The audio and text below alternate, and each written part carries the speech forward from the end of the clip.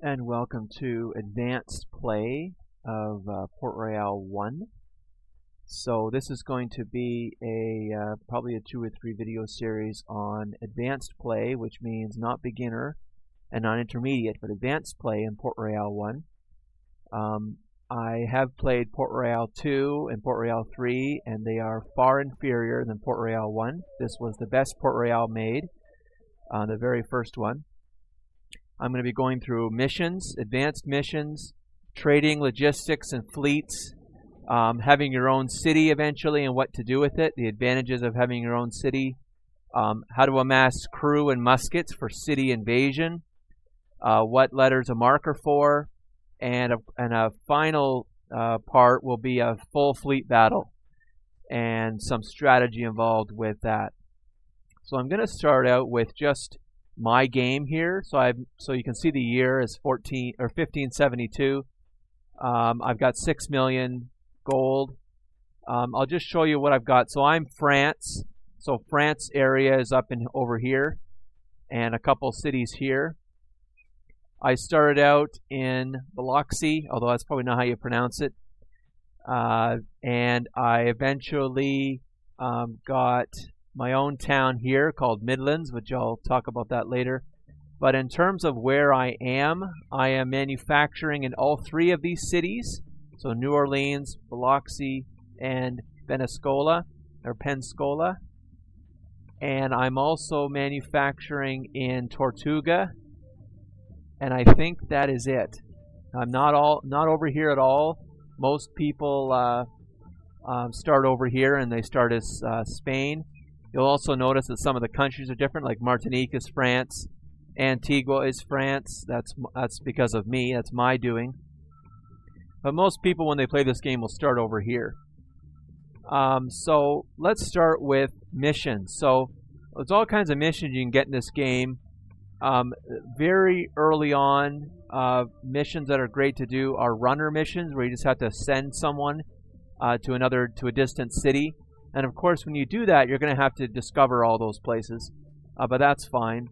And another very important thing about doing missions, especially very easy ones from just random people in the taverns in cities, is that they will give you the successful mission completion increases your level or your rank, I guess. So I'm a ruler of the seas, but that's the final rank. But that will increase your rank, and that's a very good thing. You want to increase your rank as quickly as possible. So there's 3 kinds of missions. There's those random missions that I talked about. So there'll be people in the inns that will ask you to help someone abducted their dog, and they give you some ransom money, and that's not a very good mission though. There's also these ones to attack a town, and there's these ones to attack a nation. But the really good ones are the runner ones, because they're quick and easy and they give you your accomplishment. There's also a few, such as you run into the town and the mayor's daughter's about to die, and you have to transport something to another town immediately with a fast ship. Those can give you quite a bit of money. But the really important ones to do are the storyline missions and the nation missions. The nation missions come out of the city hall of places that you're if you're France and you want to do missions for France, but you can also do missions for other nations. That's not a problem. You may not want to do missions that harm other nations, because you'll lose reputation with them.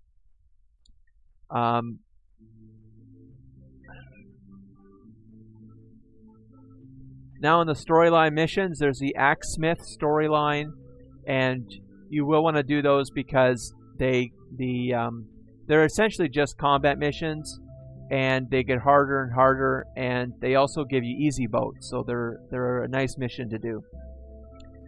So that's it for missions, and the final video I'm going to do a fleet battle, and that fleet battle will be against an Axesmith, and I'll show you right here. There's maps you get, and there's an Axesmith, and I know he's over here, and I've got my fleet ready to go. I've got my fleet called Warmonger. He's ready to go to fight that when I'm ready, and I'll do that for the last video. One thing I didn't mention is our treasure maps and riddles, and you can go on the line and find if you have a riddle code, then you can just look up on the internet where it is. It's easy to do it that way.